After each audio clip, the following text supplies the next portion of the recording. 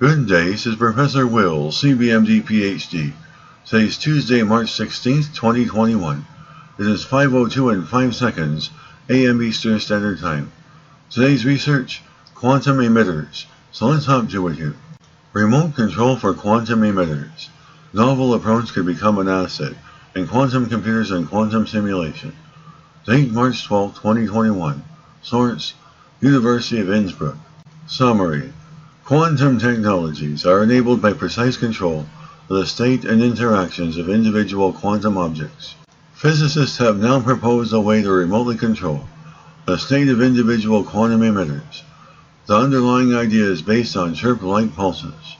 In order to exploit properties of quantum physics technology, quantum objects and their interaction must be precisely controlled.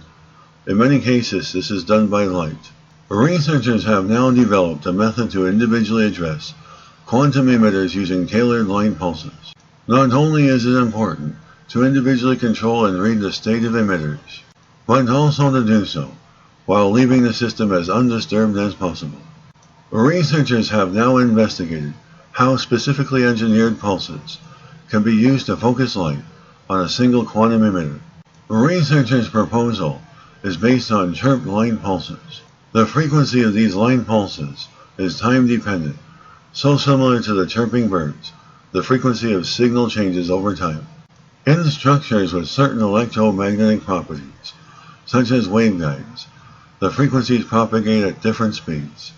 If you set the initial conditions of the light pulse correctly, the pulse compresses itself at a certain distance. Another important part of this work was to show that the pulse enables the control of individual quantum emitters. This approach can be used as a kind of remote control to address, for example, individual superconducting quantum bits in a waveguide or atoms near a photonic crystal. The scientists show that this method works not only with light or electromagnetic pulses, but also with other waves such as lattice oscillations, photons or magnetic excitations, magnons.